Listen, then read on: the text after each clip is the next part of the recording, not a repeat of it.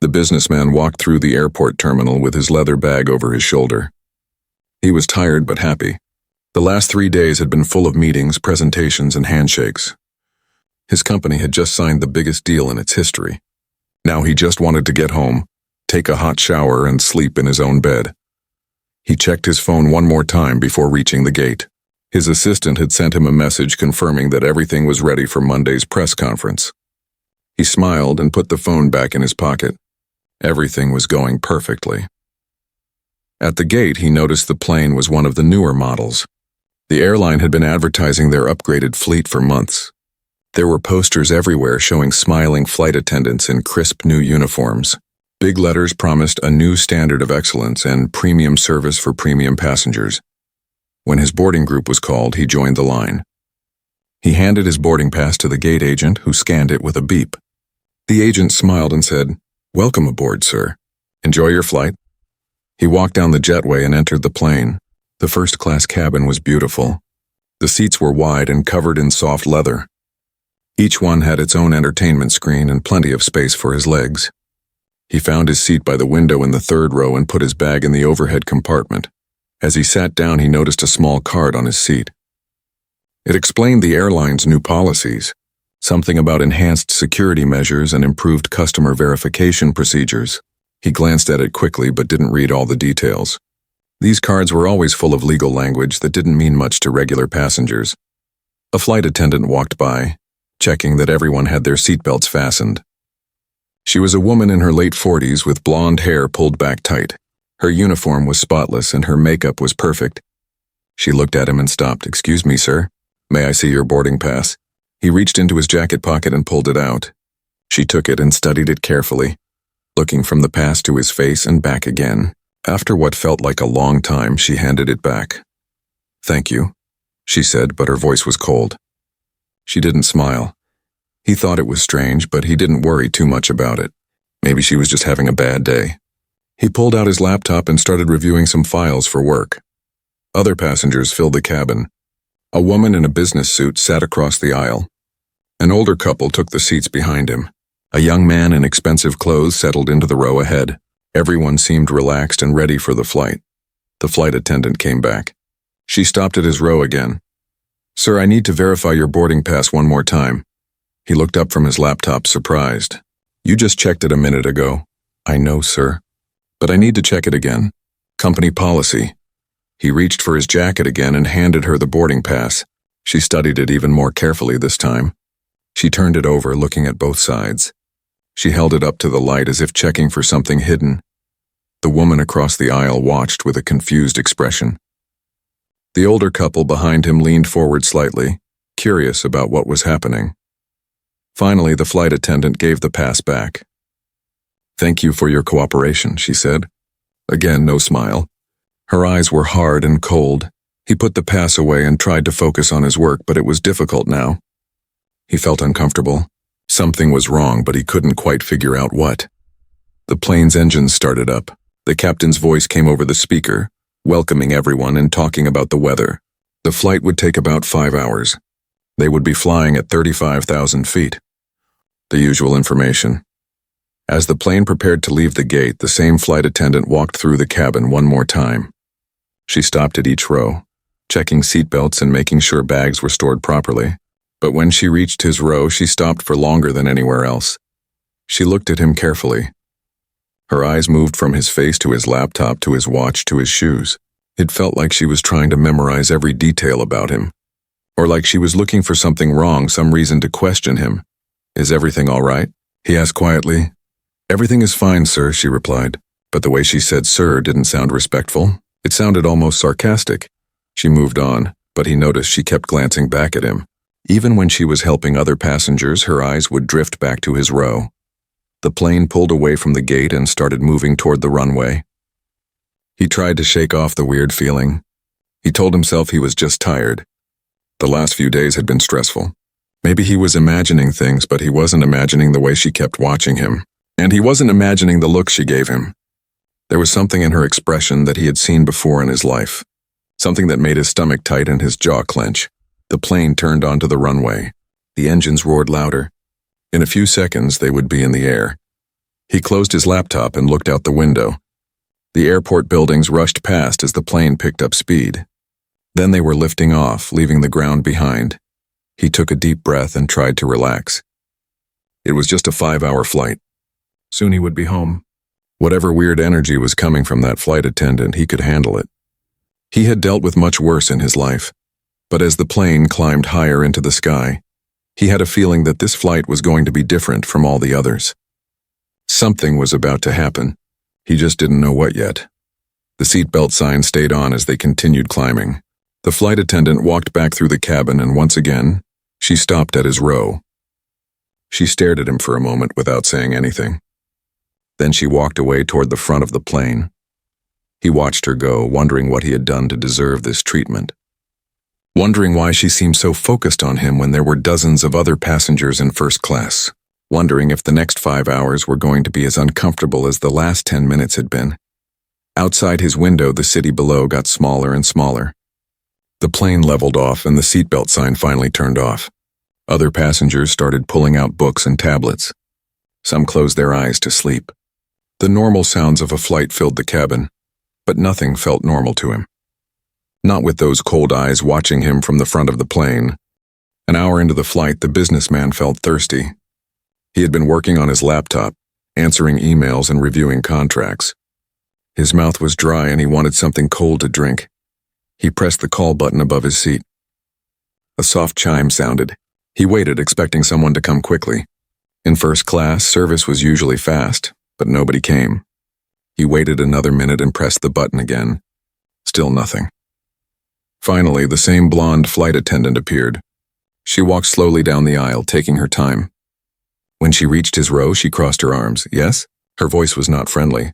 Could I get a drink, please? Just a cola would be fine. She looked at him for a long moment. We'll be serving beverages soon. I understand, but I'm pretty thirsty now. If it's not too much trouble. Her lips pressed into a thin line. Fine, what would you like? A cola, please.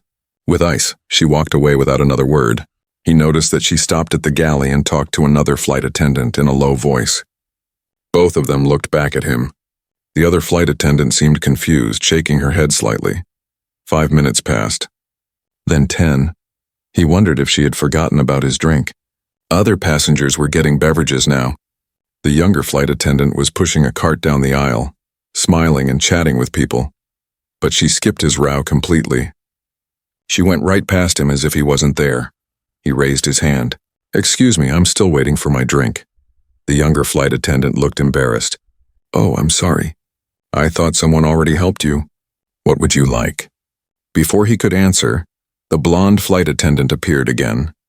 I'm handling this passenger, she said sharply to her coworker. The younger woman nodded and moved the cart away quickly. The blonde flight attendant finally brought him a cola. She set it down hard on his tray table. Some of it splashed onto the napkin. Thank you, he said, trying to be polite. That will be $8. He reached for his wallet and pulled out his credit card. It was black and made of metal. His name was engraved on it in silver letters. She took the card and held it up, staring at it. Her eyebrows raised. This is your card? Yes, it is. Are you sure? He felt a flash of anger but kept his voice calm. Yes, I'm sure. It has my name on it. She turned the card over in her hands, examining it closely. These cards are very exclusive. Very expensive. I'm aware of that. I'll need to verify this. She walked away with his card. He sat there stunned. The woman across the aisle was watching now. So were the couple behind him. Their faces showed confusion and concern. The flight attendant went to the galley at the front of the plane. He could see her running his card through the machine once, twice, 3 times. Each time the transaction went through. He knew it would. The card worked perfectly. He used it every day, but she kept trying it again and again as if hoping it would fail. Finally, she came back. The card went through, but I need to see additional identification. Additional identification? For an $8 drink? It's company policy, sir. That cold voice again. That fake respect. You didn't ask anyone else for ID. I'm asking you. The woman across the aisle spoke up. Excuse me, but I don't think this is right. You didn't ask me for ID when I paid. The flight attendant turned to her with a forced smile. Ma'am, please stay out of this. I'm following proper procedures. Well, what procedures? The businessman asked. I've flown this airline hundreds of times. Nobody has ever asked me for ID to buy a drink. Things have changed. We have new policies now. What new policies? Enhanced security measures. We need to verify that passengers are using their own credit cards. The card has my name on it. Right there. He pointed at the silver letters. She didn't look at where he was pointing. Instead, she called toward the galley. Robert, I need you here. A man in a supervisor's uniform walked over. He was tall and thin with gray hair. He looked tired and not happy to be called. What's the problem? He asked. This passenger is refusing to show ID to verify his credit card. I didn't refuse, the businessman said quickly. I asked why I need to show ID when nobody else was asked. The supervisor looked uncomfortable. Sir, if the flight attendant asked for ID, I'm going to need you to provide it. It's just standard procedure. But she only asked me. Look around. She didn't ask any of these other people. He gestured at the other first-class passengers. The supervisor glanced at the flight attendant. Something passed between them. A look that the businessman couldn't quite read.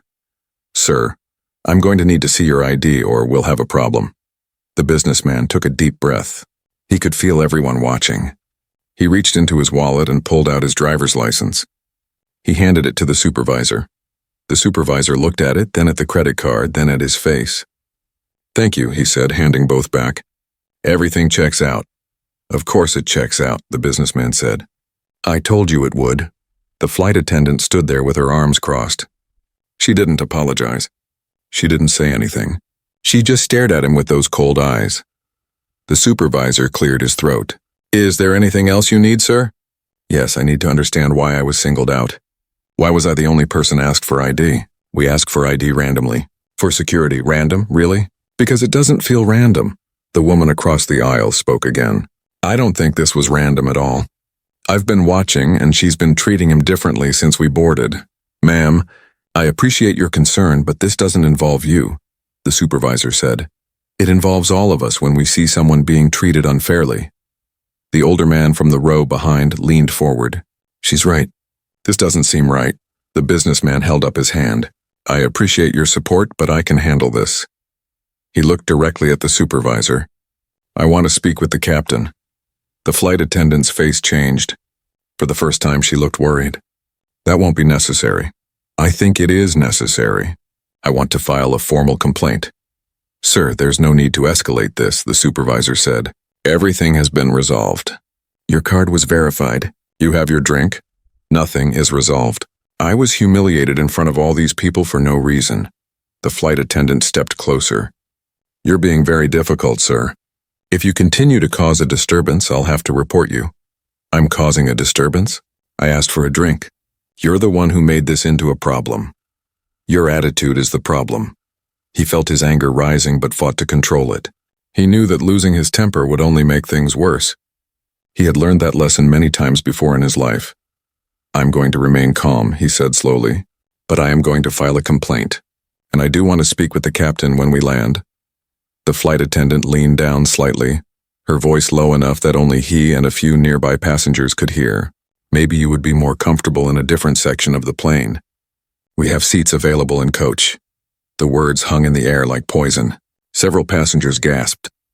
The woman across the aisle pulled out her phone. The businessman stared at the flight attendant. He couldn't believe what he had just heard. After everything else, now this. The suggestion that he didn't belong in first class.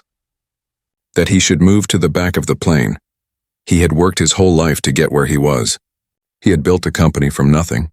He had earned his success. And now this woman was suggesting he didn't deserve to sit where he had paid to sit. I'm not moving, he said quietly. I paid for this seat and I'm staying here. The supervisor looked very uncomfortable now. Nobody is asking you to move, sir. She just did. I was simply offering an option, the flight attendant said. But her smirk suggested otherwise. The woman across the aisle was definitely recording now. Her phone was pointed right at them. The businessman saw other passengers pulling out their phones too. The blonde flight attendant noticed the phones pointing at her. Her confident expression faltered for just a moment. Then her face hardened again. Passengers are not allowed to film the crew during flight operations, she announced loudly. Please put your phones away immediately. The woman across the aisle didn't lower her phone. We're allowed to film if we feel unsafe or if we're witnessing discrimination, Discrimination? The flight attendant's voice rose. I am following company policy. This passenger is the one causing problems.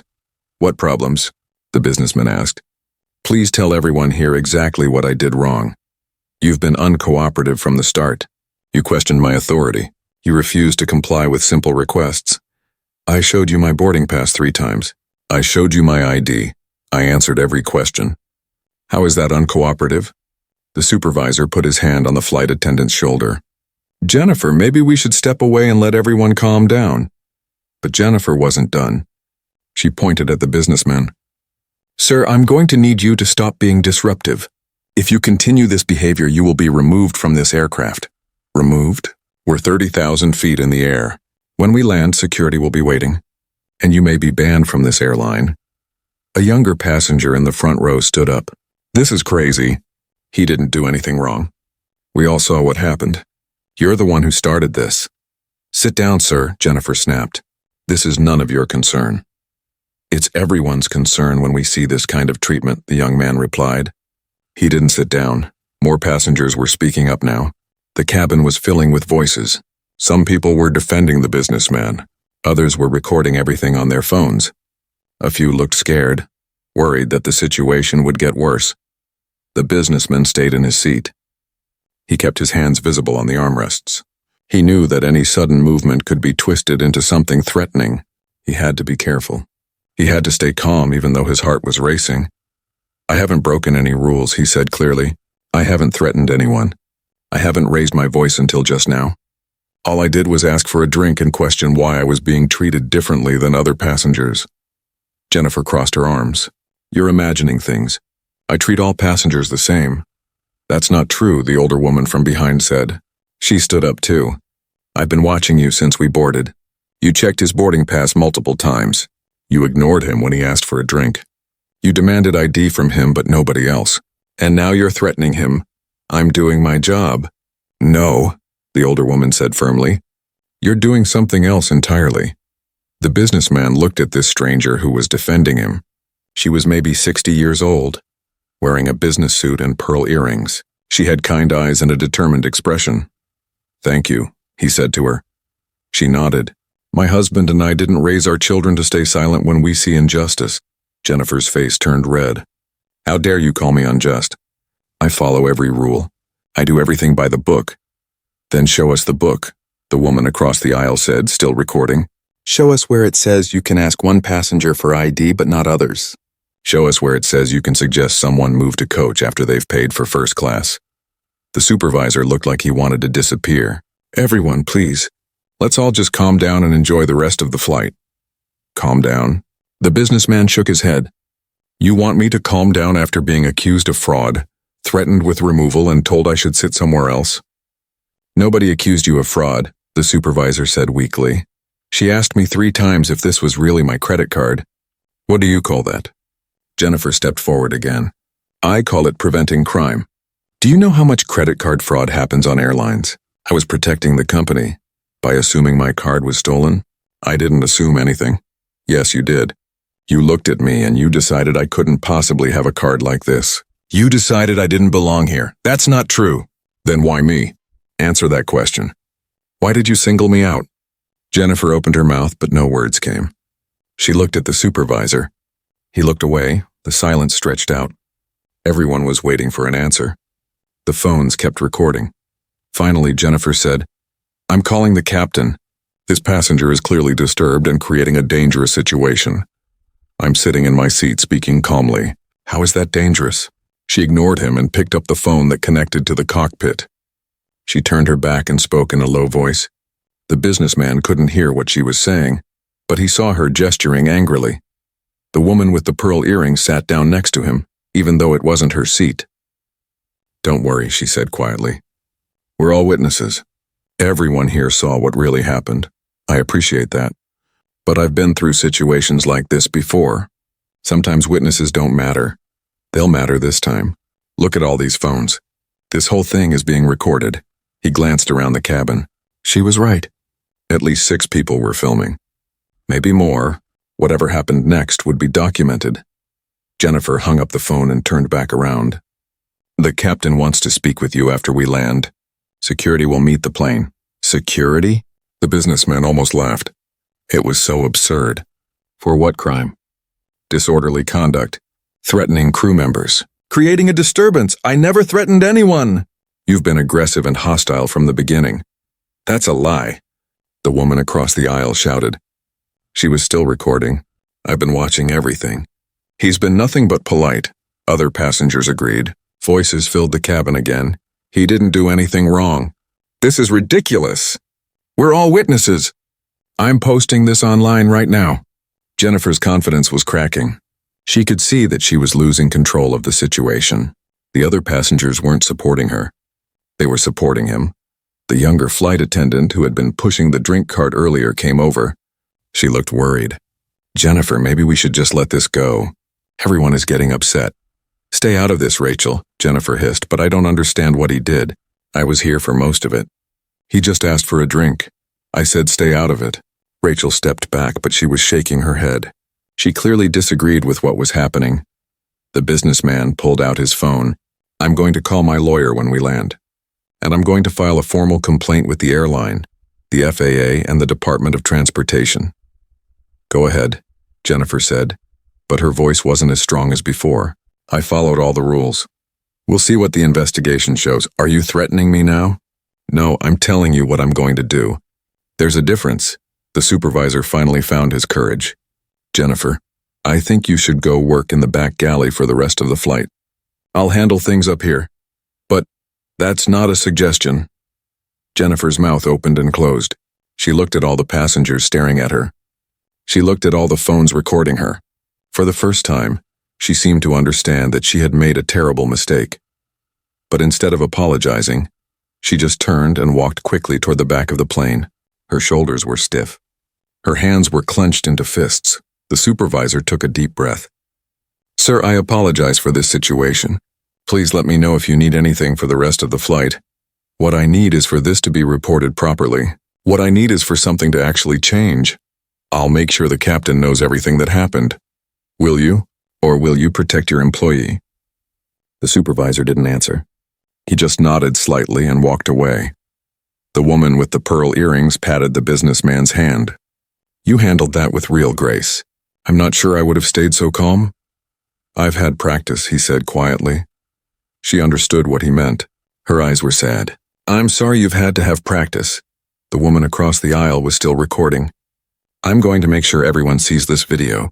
This needs to be known. I appreciate that. But please be careful. Things like this can blow up in unexpected ways. It should blow up. What she did was wrong. He couldn't argue with that. It was wrong. It was very wrong. And he was tired of it being wrong. The woman across the aisle, whose name was Diana, didn't wait until the plane landed.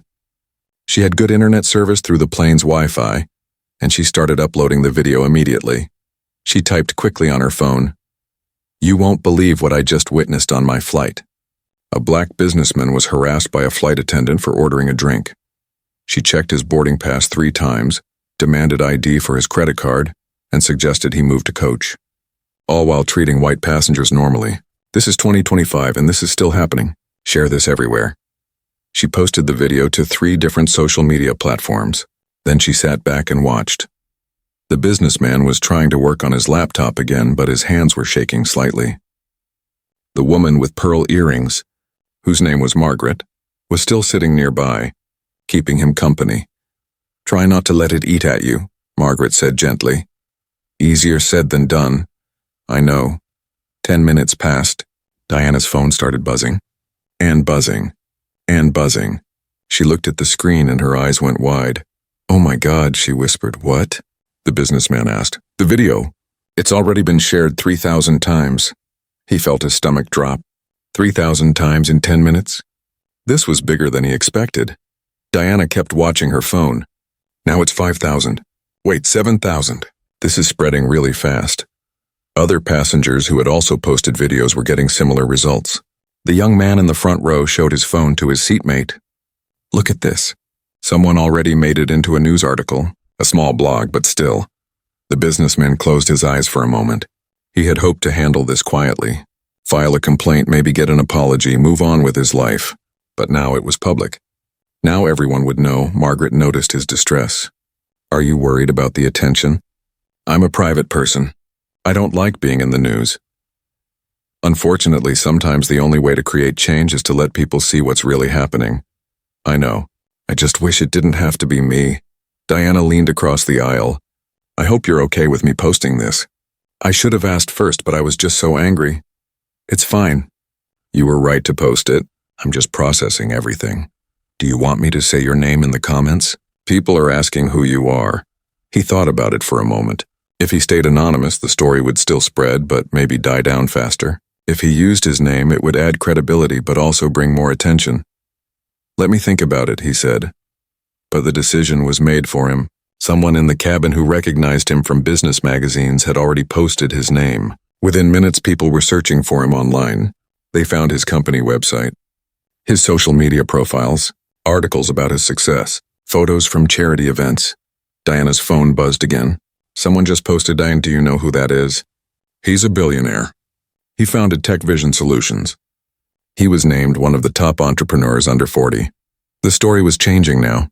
It wasn't just about a random passenger being mistreated. It was about a successful businessman, someone with power and money still being treated like he didn't belong. Margaret read over Diana's shoulder. People are really angry. Look at all these comments.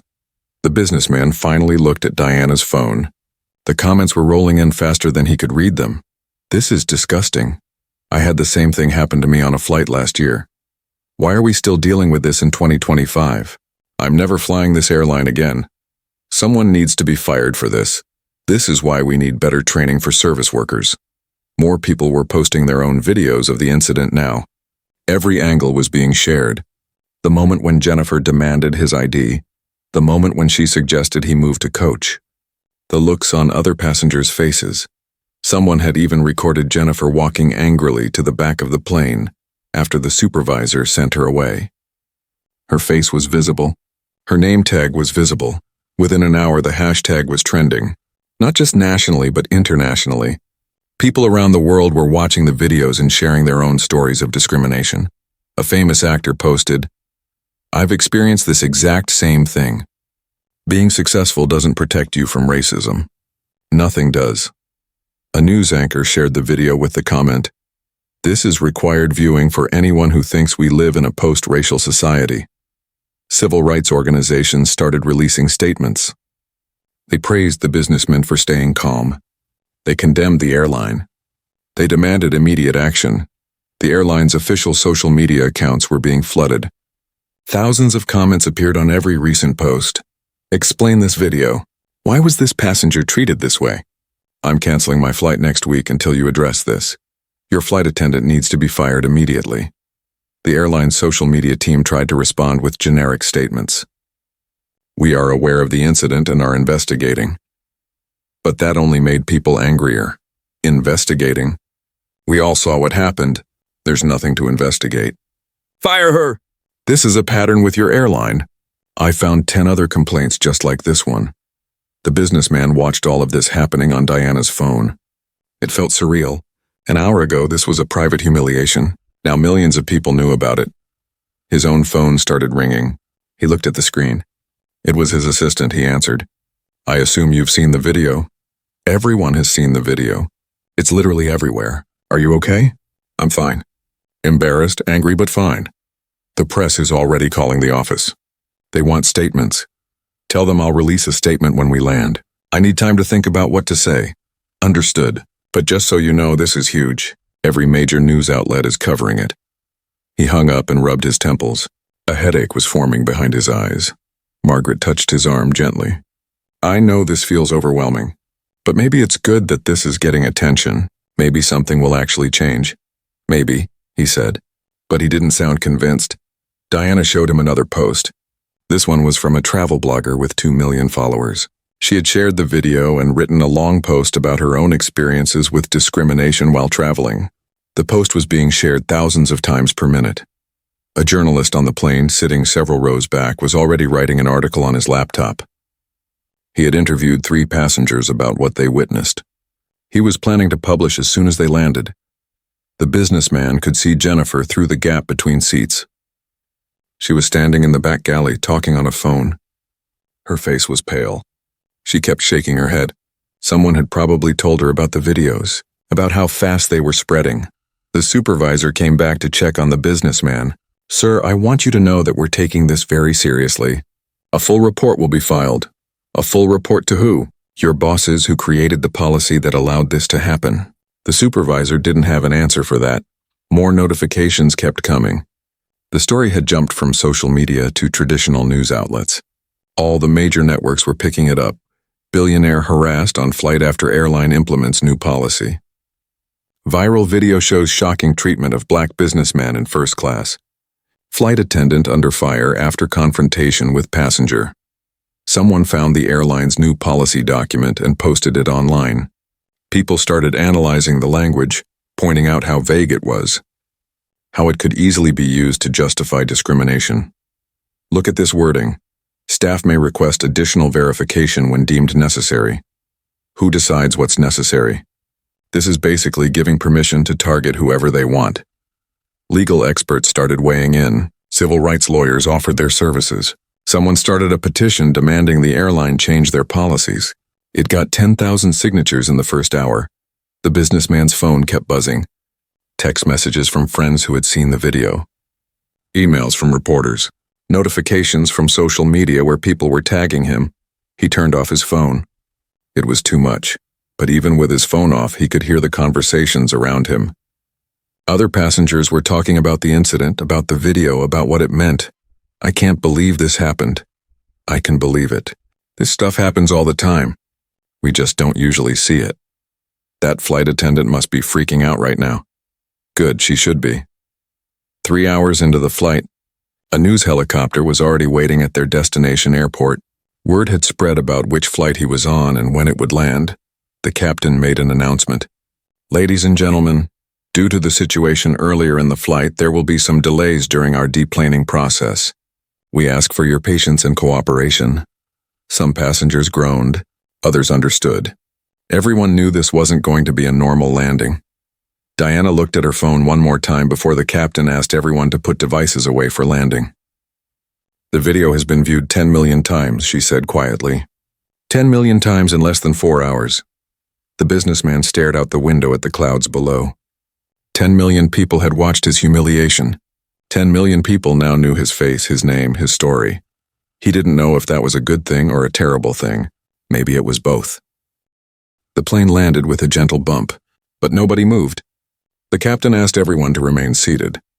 Through the windows, passengers could see news vans surrounding the terminal. Cameras were everywhere. The businessman sat quietly in his seat. Airport security came on board first. They spoke briefly with the captain, then with the supervisor. Then they approached his row. "Sir, we're going to escort you off the plane first, for your safety and to avoid the media circus." He nodded and stood up. As he walked down the aisle, other passengers started clapping. It surprised him. The applause grew louder as more people joined in. Margaret called out, "You did good. Stay strong." Diana waved her phone. "I'm here if you need a witness for anything." He thanked them both and followed security off the plane. But avoiding the media turned out to be impossible. They were waiting at the gate, cameras ready, microphones extended. Questions came from every direction. "Sir, how do you feel about what happened? Will you be taking legal action? What do you want to say to the flight attendant? Is this about race?" He stopped walking and looked at the cameras. His lawyer had texted him to say nothing, but he felt like he needed to speak. "What happened today was wrong," he said clearly. "I was treated differently than other passengers for no reason except how I look. This isn't just about one flight attendant. It's about policies and systems that allow this kind of treatment to continue. I'll be releasing a full statement tomorrow," that was all he said. Security moved him quickly through the terminal and out to a waiting car. During the drive home, he finally turned his phone back on.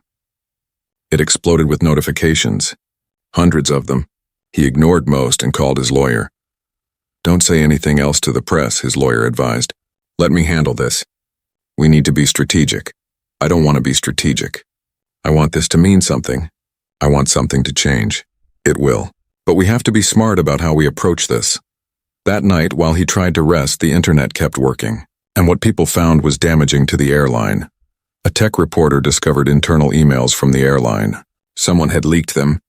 The emails showed that several employees had complained about the new policy when it was first announced 6 months ago.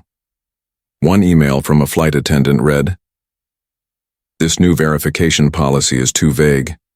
How do we decide who to check? This could lead to racial profiling." Another email from a gate agent said, "I'm worried about how this policy will be applied. We need clearer guidelines." A diversity officer at the company had sent a strongly worded message. "I reviewed the new passenger verification procedures and I have serious concerns." The language gives staff too much discretion without proper training on bias awareness. This could expose the company to discrimination lawsuits. All of these concerns had been sent to senior management, and all of them had been ignored. The responses from management were brief and dismissive. The policy is fine as written.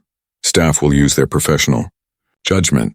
We trust our employees to implement this fairly. When these emails went public, the story exploded even further. It wasn't just about one bad flight attendant anymore. It was about a company that had been warned of problems and did nothing. News outlets started digging deeper. They found more than just ignored emails. They found a pattern. A database of passenger complaints showed that verification requests had increased by 300% since the new policy started. And those requests were not random.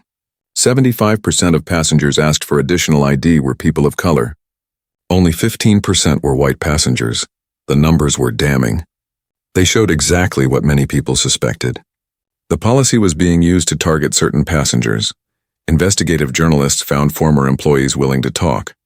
One former flight attendant agreed to an interview on the condition of anonymity. The policy gave cover to people's biases, she explained to a TV reporter. If someone wanted to question a black passenger or a Hispanic passenger, now they had an official policy to hide behind. When I complained about it, I was told I was being too sensitive. Another former employee, a gate agent, shared similar experiences. I saw it happening all the time. Certain passengers would get extra scrutiny for no real reason. When I asked supervisors about it, they said staff were just following the rules. But the rules were designed to be unfair. A pilot who had recently left the airline spoke out too. We heard complaints from passengers regularly. People saying they felt targeted, saying they were treated differently. Management didn't want to hear it. They cared more about protecting the company image than protecting passengers. The airline's stock price started dropping. It fell 5% the first day, then another 7% the next day. Investors were worried about lawsuits and lost business. Major corporate clients started canceling their contracts. 3 large companies announced they would no longer use this airline for business travel. "We cannot partner with a company that allows discrimination," one CEO stated publicly. "We have made the difficult decision to end our relationship and find another carrier." The airline's CEO was forced to hold a press conference. He stood at a podium looking tired and defensive. "We take these allegations very seriously," he said. "We are conducting a thorough internal investigation. We do not tolerate discrimination of any kind." Reporters shouted questions. Why were employee concerns ignored? Will you be changing the policy? What about all the other passengers who complained? Is Jennifer being fired? The CEO wouldn't give clear answers to any of the questions. He kept repeating the same talking points about investigations and company values. It made everything worse. People could see he wasn't sincere. He was trying to protect the company, not fix the problem. Social media erupted again with criticism. That press conference was a joke. He didn't apologize. He didn't commit to any real changes. Classic corporate non-answer. Actions speak louder than words. Let's see what they actually do. More stories came out. Passengers from other flights shared their experiences.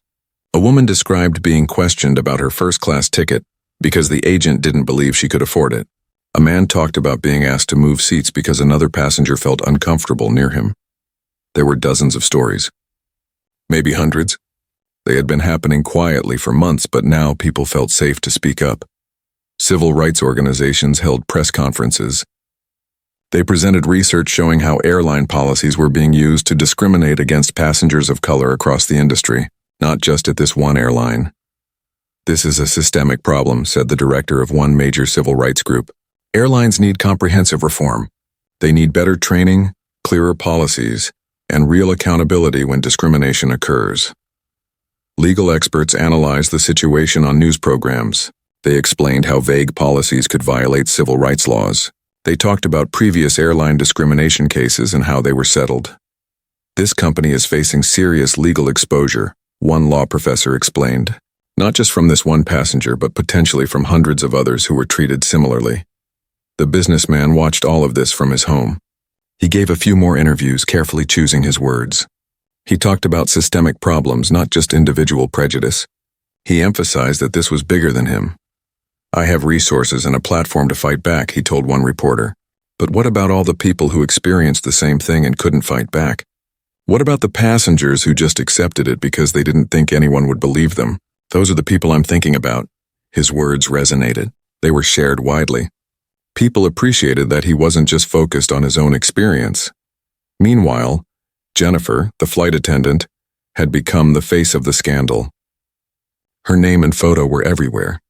People found her social media accounts before she could delete them. Some posts showed questionable opinions about certain groups of people. Nothing explicitly racist, but enough to raise eyebrows. She released a statement through a lawyer. "I was following company policy and doing my job to the best of my ability. I never intended to make anyone feel uncomfortable. I'm sorry if my actions were misinterpreted." The apology felt hollow. The word "if" did a lot of work in that sentence. She was sorry if people felt bad, not sorry for what she actually did. Public reaction to her statement was harsh. That's not an apology. She's still not taking responsibility. Notice, she said misinterpreted, not "I was wrong." The airline announced that Jennifer had been suspended pending investigation. But people wanted more than suspension. They wanted termination. They wanted consequences. Employee protests started at major airports. Airline workers, many of them people of color, carried signs demanding better policies and better treatment. "We deserve dignity at work. Fair policies for fair skies. Listen to your employees." Some of the protesters were flight attendants who supported Jennifer, saying she was being made a scapegoat, but most were calling for real change in how the airline operated. The airline's board of directors held emergency meetings. Their stock was still falling. Their reputation was destroyed. Something had to change. 2 weeks after the flight, they made an announcement. The CEO was stepping down, not immediately, but within 6 months. The policy that caused the problem was being suspended while they developed new guidelines. 3 weeks after the incident, the lawsuits started arriving. The businessman filed first. His legal team prepared a detailed complaint outlining not just what happened to him, but the pattern of discrimination the airline had allowed. "We're seeking damages not only for my client's experience, but to send a message that this behavior will not be tolerated," his lead attorney announced at a press conference. But he wasn't alone. Within days, 17 other passengers came forward with their own lawsuits. They had all experienced similar treatment on the same airline. Some incidents happened before the new policy was implemented. Some happened after. All told the same basic story. Passengers of color being questioned, scrutinized and treated with suspicion, while white passengers moved through the system smoothly. One lawsuit came from a doctor who had been questioned about whether his medical degree was real when he tried to help with an in-flight emergency. Another came from a professor who was asked repeatedly if she was sure she was in the right seat, despite having a first-class ticket. A businessman described being followed by security through the airport after a flight attendant reported him as suspicious for no clear reason. Each story was painful to read. Each one showed a pattern the airline could no longer deny. The legal fees alone were staggering. The airline's insurance company was furious. They had warned about the policy risks months ago, but their concerns had been dismissed just like the employee concerns. The airline's stock continued to fall. It was down 23% from before the incident. Billions of dollars in market value had disappeared. Major partners started backing away. A credit card company ended their co-branded card program. A hotel chain stopped offering airline miles as rewards. Corporate clients continued canceling contracts. One Fortune 500 company released a statement explaining their decision. "We have a responsibility to our employees, many of whom are people of color, to ensure they're treated with respect when traveling for business. Until this airline demonstrates real change, we cannot in good conscience continue our partnership." That statement hurt. Other companies followed suit. Within a month, the airline had lost 40% of their corporate travel business. Routes were being canceled. Flights were being consolidated. Staff were being laid off. The financial impact was devastating, but it wasn't just about money. The reputation damage was worse. Surveys showed that 70% of Black travelers said they would avoid this airline if possible. 60% of Hispanic travelers said the same. Even among white travelers, 40% said they were uncomfortable flying with a company that had these problems. The airline tried damage control. They hired a new diversity officer with real power to make changes. They announced mandatory bias training for all staff. They promised to revise all policies to ensure fairness. But the public wasn't convinced. The announcements felt reactive rather than proactive. It looked like they were only making changes because they got caught, not because they genuinely cared. More damaging information kept emerging. Journalists found complaints going back years. The airline had settled several discrimination cases quietly, making accusers sign non-disclosure agreements. Those stories were now coming out despite the NDAs, because people felt the truth was more important than the money. One woman who had settled a case 3 years earlier spoke to a reporter. "They paid me to stay quiet. I needed the money, so I took it. But I regret that now. If I had spoken up, maybe this man wouldn't have gone through what he did. Maybe others would have been spared." Her story revealed that the company had a pattern of covering up problems rather than fixing them. They would pay settlements, make people sign NDAs, and then continue operating the same way. A class action lawsuit was filed on behalf of all passengers who felt they had been discriminated against over the past 5 years. The potential damages were enormous. Legal experts estimated the airline could be liable for hundreds of millions of dollars. The board of directors held more emergency meetings. Some members wanted to fight the lawsuits. Others wanted to settle quickly and move on. The disagreements were bitter and some board members resigned. The Airline Industries Trade Association released a statement. They tried to distance other airlines from the scandal, but they also acknowledged that the industry as a whole needed to examine its practices. "This incident has highlighted issues that may exist across our industry," the statement read.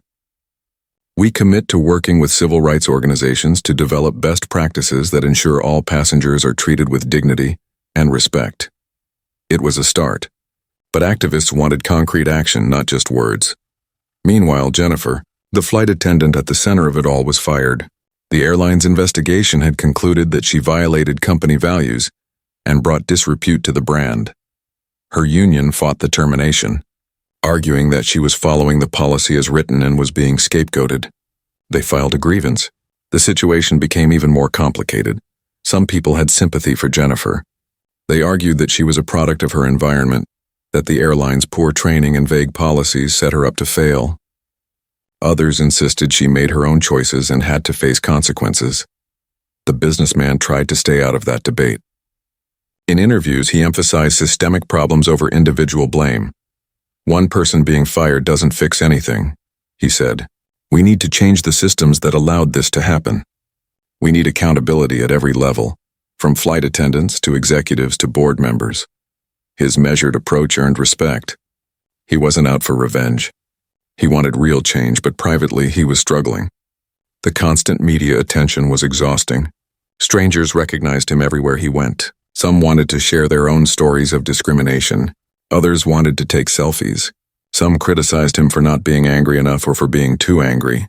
He couldn't win. Whatever he said, someone found fault with it. His business was affected too. Some partners worried about being associated with controversy. A few deals fell through. His board of directors assured him they supported him, but he could see the concern in their eyes. The stress was taking a toll.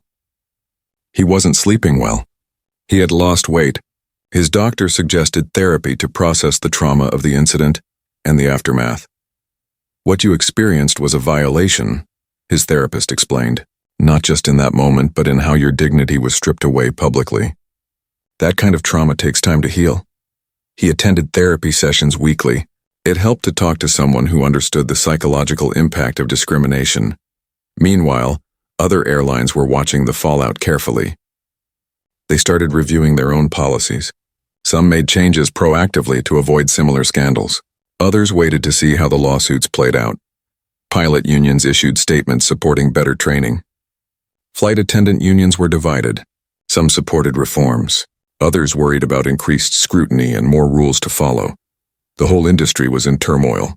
A single incident on one flight had exposed problems that existed everywhere. Airport authorities got involved too. They reviewed how security policies were being applied. Were certain passengers being stopped for extra screening more often? The data suggested yes. Reforms were needed there too. The Department of Transportation announced an investigation into airline discrimination practices industry-wide. They would be examining policies, training programs, and complaint resolution procedures. Congress held hearings.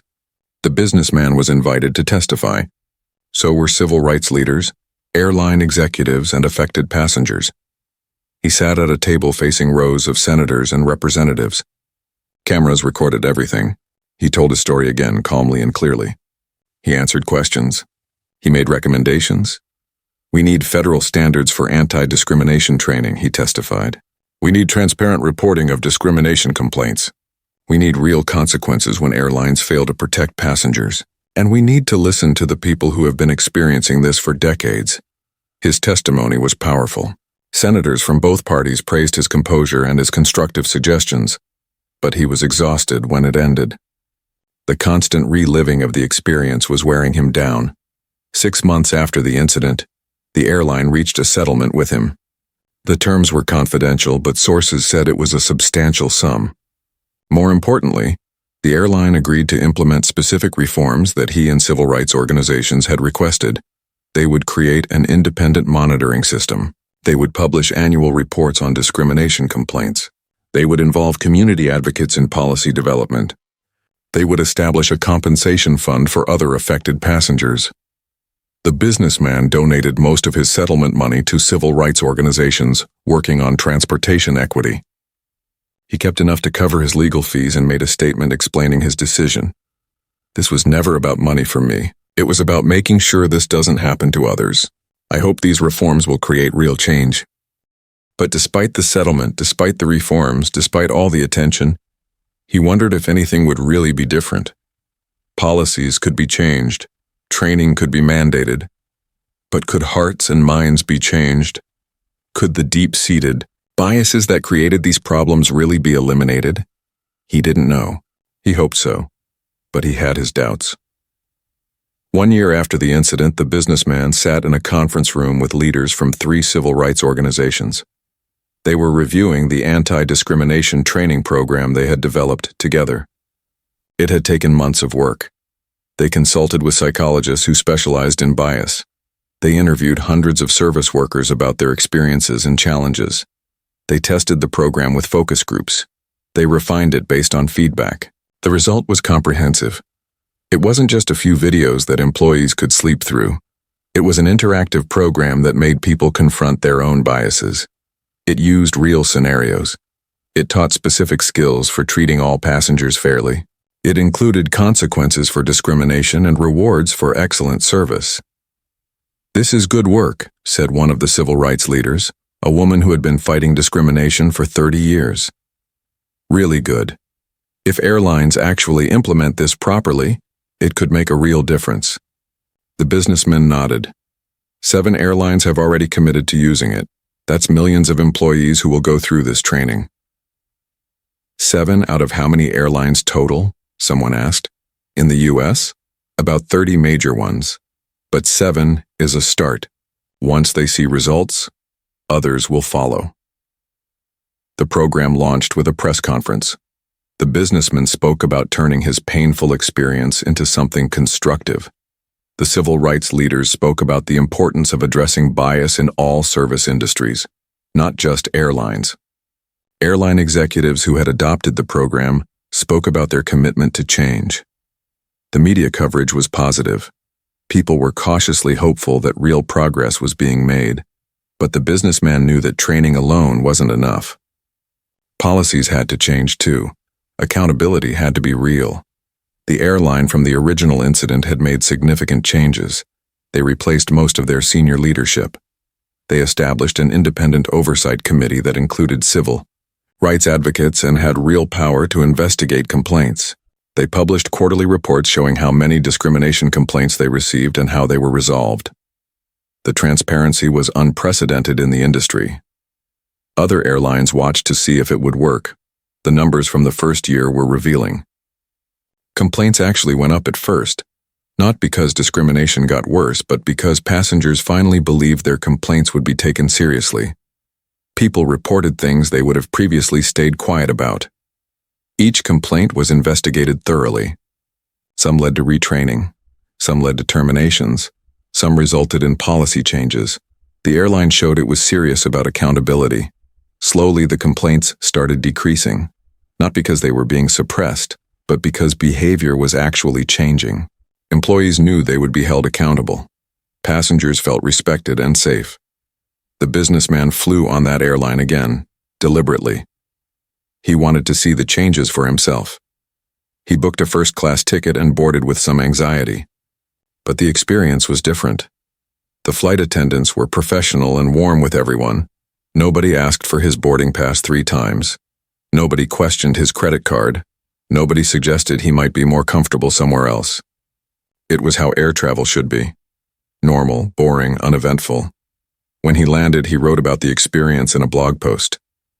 "Change is possible," he wrote. "It takes work, commitment, and accountability. But it's possible. Today's flight showed me that." The post was shared widely. People were hungry for good news after so much negativity. He continued his work beyond airlines. He partnered with organizations fighting discrimination in hotels, restaurants, retail stores, and other service industries. The training program was adapted for different contexts. More companies signed on. His own company thrived. The controversy had actually raised his profile, and he used that platform to advocate for equity and justice. Some business partners who left during the scandal came back, embarrassed by their earlier reaction. He was gracious about it, though he didn't forget who had stood by him and who hadn't. He spoke at conferences and universities about his experience. He was always honest about how difficult it had been, but also about the positive changes that resulted. "I didn't want to become a symbol," he told a room full of college students. "I just wanted to get home from a business trip. But sometimes life puts you in situations where you have to make a choice. You can stay silent and let things continue as they are, or you can speak up and try to create change. I chose to speak up. It wasn't easy, but I'm glad I did." The students asked thoughtful questions. Many of them shared their own experiences with discrimination. Some were inspired to work for change in their own communities. He established a foundation that provided legal support for people facing discrimination. Many people couldn't afford lawyers or didn't know their rights. His foundation helped level the playing field. In the first year, they assisted more than 200 cases. Margaret, the woman with pearl earrings who had supported him on the flight, became a friend. They met for coffee occasionally. She told him she had been inspired by his grace under pressure and had become more active in civil rights work herself. "Watching you stay calm when I would have lost my temper completely made me realize how much privilege I have," she said. "I can afford to lose my temper. You couldn't. That's not fair, and I'm trying to use my privilege to support others now." Diana, the woman who had filmed the incident, stayed in touch too. She had received some criticism for posting the video, without asking permission first, but she didn't regret it. "I know it made things harder for you in some ways," she said during a phone call. "But people needed to see what happened. If I hadn't posted it, would anything have changed?" "I don't know," he admitted. "Maybe not. The world needed to see it. I just wish I hadn't been the one in that position. I get that, but you handled it with so much dignity. You became a voice for people who had been silenced." He didn't feel like a voice or a symbol. He just felt like a man who had been treated poorly and had tried to do something about it. Jennifer, the flight attendant, had her termination upheld after the union's grievance process. She tried to find work with other airlines, but struggled because of her reputation. Eventually, she left the industry entirely. He felt some sympathy for her. She had been a person shaped by a system that enabled her worst instincts. Yes, she made bad choices. Yes, she had to face consequences. But she was also a product of inadequate training, vague policies, and a corporate culture that didn't prioritize equity. The real villains were the executives who ignored warnings, the board members who cared more about profits than people, the systems that were designed with bias baked into them. Those systems were changing, but slowly. Some airlines embraced reform enthusiastically. Others did the bare minimum. Some fought against any changes at all. The industry was still imperfect. Discrimination still happened. But it happened less often. And when it did happen, there were better mechanisms for accountability. 2 years after the incident, the businessman was invited to speak at an international aviation conference. Airlines from around the world attended. He talked about the changes that had been made and the work that still needed to be done. After his speech, several airline CEOs approached him. Some thanked him for pushing the industry to improve. Some shared their own stories of implementing reforms. A few admitted they had been skeptical at first, but were now convinced that fair treatment was not only right, but good for business.